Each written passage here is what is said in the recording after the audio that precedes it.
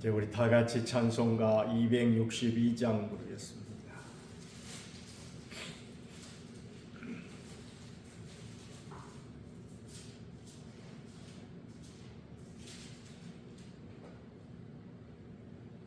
날 구원하신 예수님 영원히 찬송하겠네. 저 죄인 어서 주께 와 죄 사유하심 받으라. 구하라 주실 것이요 찾으라 얻을 것이라. 죄 중에 성한 영혼을 주 온전하게 하시네. 저의 죄로 인하여 피 흘려 죽으셨으니 저밖에 없는 사랑을 만 백성 알게 전하세. 저 예수 사랑 못 잊어 나 항상 눈물 흘리네. 이 세상 어디 가든지 나 주만 생각합니다. 목마른 자 이세매와 영생의 물을 마시라. 내 주를 사랑한데도 늘 맘에 부족하도다.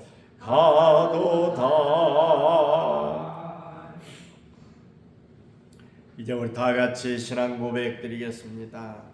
전능하사 천지를 만드신 하나님 아버지를 내가 믿사오며 그 외아들 우리 주 예수 그리스도를 믿사오니 이는 성령으로 잉태하사 동정녀 마리아에게 나시고 본디오 빌라도에게 고난을 받으사 십자가에 못 박혀 죽으시고 장사한 지 사흘 만에 죽은 자 가운데서 다시 살아나시며 하늘에 오르사 전능하신 하나님 우편에 앉아 계시다가 저리로서 산 자와 죽은 자를 심판하러 오시리라.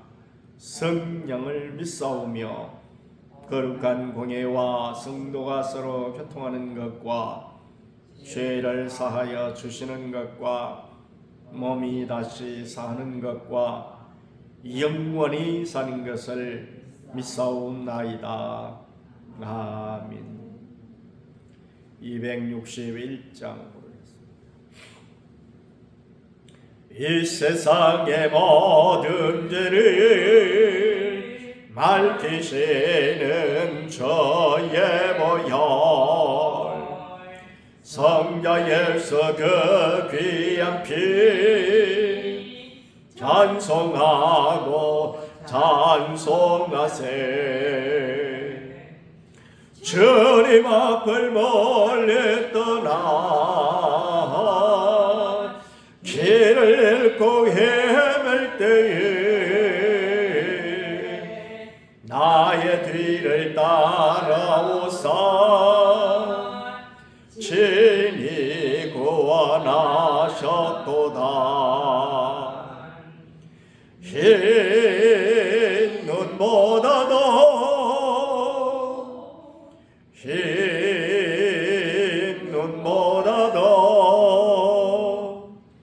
저의 흘리신 보혈로 희게 씻어주옵소서. 가시관을 쓰셨으니 피로 얼굴을 드셨고 십자가의 모든 고통 나를 위해 당하셨네. 말로 형용할 수 없는 거세주의 거룩하신 그 은혜와 그 신사랑 찬송하고 찬송하세. 흰 눈보다도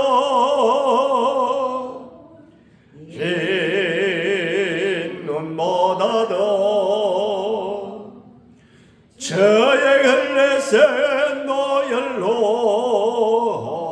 희게 씻어주옵소서. 아버지를 멀리 떠나 바른 길을 저버리고 여러 가지 죄악으로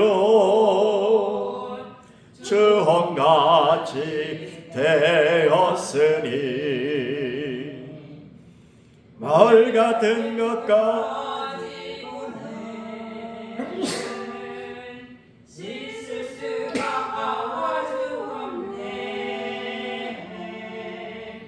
저야 귀한 법의 피로 날 정결하옵소서.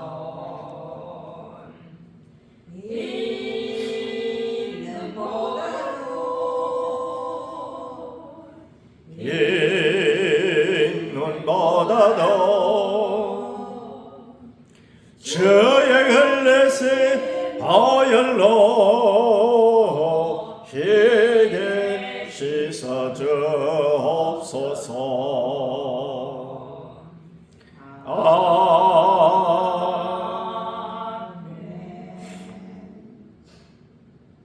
이제 우리 다 같이 한 목소리로 기도드리실 때에 나라와 민족을 위해서 또 우리 교회 새벽기도에 저는 동참과 그리고 성령 충만함과 태신자를 위해서 육신의 약한 심령들과 제자훈련과 범사의 감사 위해서 또 후임 목사님을 위해서 함께 기도드리겠습니다. 고마우신 우리 아버지 하나님, 한량없으신 은혜와 사랑을 중심으로 감사드립니다. 변함없는 사랑으로 오늘도 이 새벽을 일깨워 주셔서 주님 앞에 귀한 첫 시간 드릴 수 있도록 은혜 베풀어 주시오니 중심으로 감사드립니다. 귀하신 우리 아버지 하나님, 특별히 우리나라를 긍휼히 계시고 불쌍히 계시사 어수속히 이제 아버지 하나님이여 정치가 안정되어지고 또한 경제가 살아나고 사회가 참으로 안심하고 살아갈 수 있는 복된 환경이 되어지도록 주께서 은혜를 더하여 주시기를 간절히 빌고 원하옵나이다. 지금 대선이 이제 열리고 있습니다. 하나님 아버지, 참으로 국가를 위하여 더욱더 참으로 현명하고 또한 신실한 귀한 참으로 일꾼이 뽑혀서 하나님 아버지 더욱더 나라가 안정되어지고 더욱더 나라가 부흥하고 발전하는 복된 역사가 나타나도록 은혜 베풀어 주시기를 간절히 빌고 원하옵나이다. 특별히 이 땅에 세우신 교회들을 기억하시고 모이기 힘쓰고 기도하기 힘쓰며 서로 사랑하고 복음을 전하기에 힘쓰는 아름다운 교회들 되게 하여 주옵소서. 우리들 사랑교회에 함께하여 주셔서 참으로 새벽을 깨워주시사 새벽 시간에 일어나 성령의 충만함을 위하여 기도하고 자신과 가정과 자녀들과 교회 하나를 위하여 부르짖을 때에 주께서 친히 응답하시고 은혜 베풀어 주시기를 간절히 빌고 원하옵나이다. 무엇보다도 우리의 태신자를 위하여 간절히 간구드릴 때에 주께서 우리의 간구를 들으시옵시사 은혜 베푸셔서 참으로 귀한 이제 대신자들의 마음이 참으로 변하여 주님께로 향할 수 있도록 은혜 위에 은혜를 더하여 주시기를 간절히 빌고 원하옵나이다. 또한 육신의 약한 심령들을 위하여 기도합니다. 마호경 집사님, 강목자 원사님, 정종래 원사님, 또 백정환 집사님, 연로하신 우리 권사님들 기억하시고 주께서 놀라운 은혜와 사랑 가운데 저들을 어루만져 주시고 또한 하나님 아버지 고쳐주시고 회복시켜 주셔서 참으로 건강한 육신으로 우리 하나님을 예배하며 우리 하나님 앞에 봉사하며 우리 하나님 앞에 충성하는 아름다운 심령들이 다 되게 하여 주옵소서. 제자 훈련받은 어느 날마다 주님을 닮아가게 하시고 주의 뜻을 따라 복음을 전하게 하시고 자기를 부인하고 자기 십자가를 지고 주를 따르게 하여 주옵소서. 후임 목사님을 위하여 기도합니다. 하나님 마음에 꼭 드는 귀한 종이요 무엇보다 기도하기에 더욱더 힘쓰는 아름다운 종이요 참으로 이제 하나님과 교회와 성도를 뜨겁게 사랑하고 큰 믿음을 가지고 열정적으로 일하는 복된 목사님 꼭 보내주시기를 간절히 빌고 원하옵나이다. 오늘 한 날도 주님의 은혜 가운데 승리하는 삶이 되게 주옵소서. 감사를 드리올 때 우리 구주 예수님의 이름으로 기도하옵나이다. 아멘.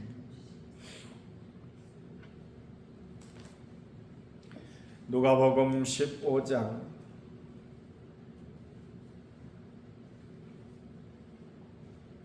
25절 말씀입니다. 마다들은 밭에 있다가 돌아와 집에 가까이 왔을 때에 풍악과 춤추는 소리를 듣고 한 종을 불러 이 무슨 일인가 물은데 대답하되 당신의 동생이 돌아왔음에 당신의 아버지가 건강한 그를 다시 맞아들이게 됨으로 인하여 살진 송아지를 잡았나이다 하니 그가 노하여 들어가고자 하지 아니하거늘 아버지가 나와서 고난데 아버지께 대답하여 이르되 내가 여러의 아버지를 섬겨 명을 어김이 없거늘 내게는 염소 새끼라도 주어 나와 내 벗으로 즐기게 하신 일이 없더니 아버지의 살림을 창녀들과 함께 삼켜버린 이 아들이 돌아오매 이를 위하여 살린 송아지를 잡으셨나이다. 아버지가 이르되 예 너는 항상 나와 함께 있으니 내 것이 다 내 것이로되 이 내 동생은 죽었다가 살아났으며 내가 잃었다가 얻었기로 우리가 즐거워하고 기뻐하는 것이 마땅하다 하니라. 아멘. 탕자의 비유 가운데 우리가 간과해서는 안 될 귀한 또 하나의 사건이 있는데 그것은 이제 탕자가 아니라 집안에 있는 마다들에 관한 말씀이다 하는 것입니다. 그 두 아들 가운데 마다들은 집 나가지 아니하고 집에서 묵묵히 일을 하는 그런 아들이었죠. 그런 아들이었는데 이제 어느 날 밭에서 일을 하고 있다가 집으로 가까이 왔을 때에 갑자기 집안에서 잔치할 때나 들을 만한 그와 같은 풍악과 춤추는 소리를 들었다는 것입니다. 그래서 같이 일하던 한 종을 불러가지고 이 무슨 일이냐 하고 물으니까 그 종이 대답하기를 지금 당신의 동생이 돌아와가지고 아버지가 그를 맞이해서 너무너무 좋아가지고 지금 송아지를 잡고 지금 잔치를 하고 있습니다 라고 했더니 그 아들이 어떻게 했다고요? 28절이니까 그가 노하여 들어가고자 하지 아니하거늘 그랬어요. 그가 화가 나가지고 그야말로 아버지의 집에 들어가지 않으려고 했다. 그가 왜 화가 났을까요? 이 부분이 우리가 말씀을 해석하는데 대단히 중요한 부분입니다. 29절에 보니까 아버지께 대답하여 이르되 내가 여러 해 아버지를 섬겨 명을 어김이 없거늘 내게는 염소 새끼라도 주어 나와 내 벗으로 즐기게 하신 일이 없더니 그랬습니다. 지금 이 맏아들은 그야말로 자기는 옳은 일만 행했다. 그리고 아버지의 말씀을 어긴 적이 없다. 그래서 묵묵히 집안에서 일을 했는데 내게 주신 보상이 도대체 무엇이냐라는 것이죠.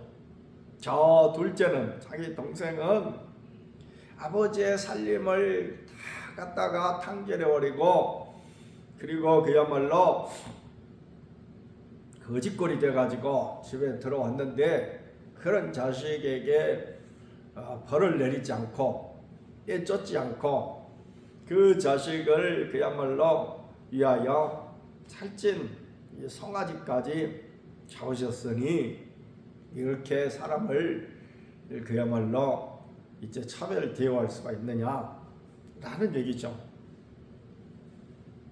오늘 우리는 이 말씀을 통해서 정말로 이 전체적인 분위기를 잘 파악해보고 그리고 무엇보다도 이 맏아들의 심리를 한번 파악해볼 필요가 있습니다. 맏아들이 지금까지 일했던 그와 같은 일들이 과연 그야말로 아버지의 마음을 제대로 헤아리고 일을 했다고 볼 수 있겠는가라는 것입니다. 그는 아버지를 정말 섬기고 이렇게 살았다고 스스로 자부하지만은 그러나 그 아버지는 아들을 잃고 어떤 삶을 살았을까요? 그 아버지가 어떤 삶을 살았는가 하는 것을 그 앞에 그 탕자가 돌아올 때의 그 모습을 보면은 그 아버지의 삶의 어떤 일단을 우리가 다소 엿볼 수가 있습니다.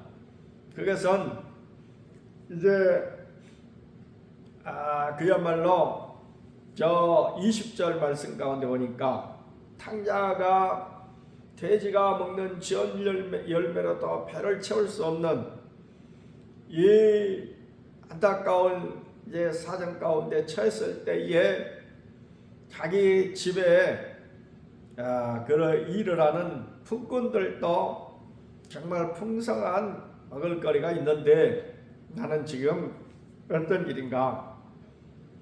아버지 집을 떠난 자는 아버지 곁을 떠난 자는 그야말로 이 빈핍한 삶이 예정되어 있다라는 것을 깨닫고 그는 아버지 집에 돌아가야 되겠다.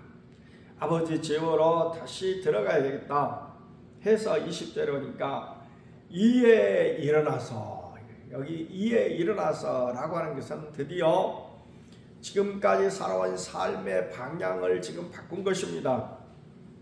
그래서 아버지께로 돌아가니라. 근데 그 다음 부분이 이제 중요하죠. 아직도 거리가 먼데 그 아들이 돌아가는 그 길이 아직도 아버지 집에 가려면은 상당한 거리가 지금 있는데 먼 동구 밖에서 지금 거짓골을 하고 돌아오는 이 아들을 기다리는 분이 계셨다. 아직도 거리가 먼데 아버지가 그를 보고 그랬어요. 지금 같으면은 그야말로 그럴 입장도 못 되겠지만은 그럴지라도 하여튼 이 아들이 좀 뻔뻔스러울지라도 핸드폰으로 가지고 연락을 했을 거예요. 아버지 저 들어갑니다. 근데 그 시절에 그런 핸드폰도 없고 또 설령 핸드폰이 있다 손치더라도 조금이라도 양심이 있는 아들이라 할 것 같으면은 감히 아버지 앞에 지금 전화도 못 하겠죠. 그리고 지금 돌아갑니다. 근데 아버지가 아직도 거리가 먼데 만 발치해서 지금 아들이 오고 있는데 거지가 돼가지고 지금 오고 있는데 아버지가 그를 보고 아버지가 그를 보고 말직서 나타나는 어떤 거지 그를 아버지는 얼른 알아보고 아이고 내 아들이구나. 이 지금 몇 년 만에 오는 내 아들이냐. 내 아들이다 하고 우리말로 하면 버선발로 달려나가가지고 막 끌안고 목을 안고 입을 맞추고 난리가 났어요. 이 장면을 우리가 연상해 보건대 이 아버지는 둘째 아들이 집을 나간 뒤로 편히 잠을 주무시지 못했다 라는 것입니다. 날마다 그야말로 때로는 날밤을 새면서 날밤을 샜으니 아침 밥맛이 있겠어요? 입이 깔깔해가지고 밥맛도 제대로 없습니다. 밥도 제대로 드신 지 많은 둥 이렇게 하는 세월을 계속 보내면서 늘 아버지의 일은 눈만 뜨면 그야말로 동구 밖을 쳐다봅니다. 동네 입구를 늘 바라보고 있어요. 어째서요? 아들을 기다리는 거죠. 이놈이 언제 돌아올까? 밤새껏 그야말로 아들을 위해서 염려하는 것은 이놈이 제대로 밥이나 먹고 사는지 잠이나 제대로 한 데서 자지 않고 제대로 자고 있는지 무슨 사고나 만나지 않았는지 나쁜 사람 만나가지고 두들겨 맞지 않았는지 노심초사 이렇게 하면서 해가 뜨면은 그야말로 통구밖에 다 바라봤다는 거예요. 그날도 아들이 온다는 것은 소식이 미리 온 것도 아니죠. 하지만 아버지는 그날도 여전히 아들을 기다리며 바라보고 있는데 낯선 거지가 저기서 오고 있습니다. 거지꼴을 한 아들이 낯선 거지죠. 이렇게 오고 있을 때에 다른 사람은 그냥 쳐다보는 둥 마는 둥 거지가 나타났다라고 하겠지만은 맨날 며칠을 수년간을 기다린 이 아버지 눈에는 틀림없는 자기 아들이었습니다. 틀림없는 자기 아들이었어요. 그래서 쫓아가서 맞이했다는 것입니다. 이런 아버지의 모습, 날마다 아들만을 위해서 눈물 흘리고 정말 집안에 명절이 닥쳤다든지 아니면 아버지 생신이 돼가지고 집안이 넉넉하기 때문에 종들도 있지 않습니까? 그러니까 잔치도 벌리고 있을지라도 아버지는 하나도 즐겁지 않습니다.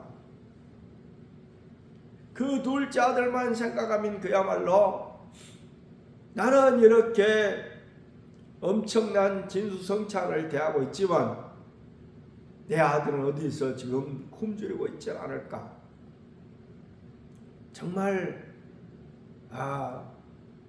명절 때라든지 그런 잔치날이 되면 더욱더 아들 생각에 기쁨은커녕 그야말로 눈물만 흘리는 그런 아버지였다.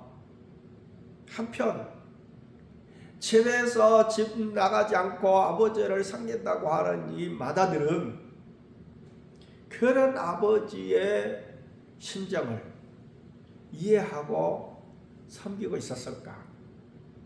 전혀 그렇지 않다고 하는 것을 여기서 증명해 주는 것이 그야말로 그 둘째가 돌아와가지고 잔치를 벌이고 있으니까 집에서 밖에서 일하다가 집 가까이 왔을 때 집에서 풍류 소리가 나니까 종에게 이 무슨 소리냐 하니까 종이 지금 당신의 동생 그 탕자가 돌아와서 아버지가 너무 좋아가지고 잔치 벌이고 있습니다 하니까 정말 이 맏아들이 아버지의 심정을 이해하고 제대로 아버지를 지금까지 보좌하고 섬긴 아들이라면 그래 이 얼마나 이 좋은 일이냐 빨리 가서 나도 만나보자 라고 했어야 맞은데 이 형은 뭐라고 그랬어요? 노하여 지금 이 일이 화낼 일이에요. 그러면 지금까지 그는 어떤 삶을 살았는가 하는 것이 이 한 단어 가운데 숨어 있습니다. 늘 그는 그야말로 어떤 원리식으로 말하면은 율법주의 가운데 쌓여 있었고 자기 의에 쌓여 있었다. 그런 말씀입니다. 나는 그렇게 안 살았다. 이런 삶 가운데서 그야말로 집에 들어가려고 하지 않았어요. 아버지가 그 소식을 듣고 종들을 통해 소식을 들었겠죠. 듣고 다시 달려나와가지고 맏아들을 달랩니다. 그야말로 그러지 말고 가자. 네 동생이 왔으니 얼마나 좋으냐. 그랬더니 그는 말하기를 내가 여러의 아버지를 섬겨 명을 어김이었거늘 내게는 염소 새끼라도 주어 나와 벗으로 즐기게 하신 일이 없었습니다. 라고 지금 말하고 있습니다. 이 그 아들의 말을 통해서 우리가 알 수 있는 것은 그는 지금까지의 삶을 아버지 집에서 따뜻하게 지금 그야말로 잠잘 수 있고 먹을 수 있고 비록 밖에 나가서 일을 할 때는 때로는 너무너무 힘들고 하기 싫을 때도 있을 것이고 하지만은 그러나 아버지 집에 있기 때문에 지금 그는 아무 염려 없이 살 수 있었지 않습니까? 이와 같은 삶에 대해서 감사하는 마음이 없었다. 그런 말씀입니다. 우리 신앙생활 가운데서 아주 중요한 것이 이 부분입니다. 우리의 신앙생활이 나는 지금 하나님께서 말씀하신 대로 잘하고 있다 라고 스스로 자기 의가 강하게 되어지면은 감사가 사라져요. 자기를 드러내게 되면 나 정도만 하게 되면 라는 생각을 하게 되면 감사가 없어집니다. 모든 것들이 하나님의 은혜로 된 것이다 라고 생각하면 정말 모든 일이 감사가 되어지지만 그렇지 않으면 감사가 없어진다. 오늘 이런 집안의 탕자, 여기서 흔히 우리 목사님들이 집안에 있는 탕자로 합니다. 집안에 있는 탕자들이 많아요. 신앙생활하면서 자기 의의를 가지고 그리고 다 정도만 되면 하는 이 교만이 마음 가운데 쌓이게 되면은 감사도 없어지고 그리고 남을 평가하고 남과 비교해서 그야말로 생활하는 이와 같은 정말 있어서는 안 될 신앙적인 태도를 갖게 되더라라는 것입니다.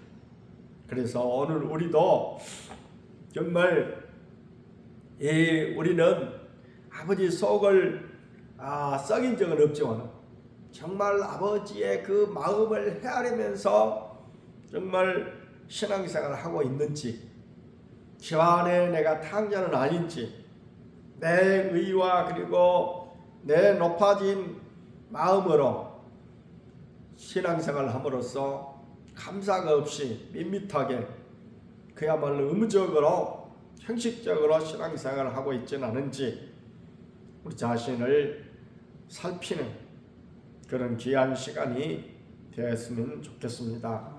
말씀을 생각하시면서 함께 기도드리겠습니다. 자비롭고 거룩하신 하나님, 집 나간 탕자도 있었지만은 집 안에 탕자도 있었습니다. 오늘 우리가 때로는 의무적으로, 때로는 형식적으로 신앙생활하고 자기 의를 가지고 살아갈 때에 우리는 집 안에 탕자임에 틀림없습니다. 하나님 아버지, 집 나간 탕자가 이에 돌이켜 이에 일어나 아버지께로 돌아온 같이 집안에 있는 탕자도 진실로 아버지의 마음을 헤아리고 아버지께로 돌아오며 감사하는 신앙생활을 하는, 감사하는 삶을 살아가는 복된 존재가 다 되게 하여 주시옵소서.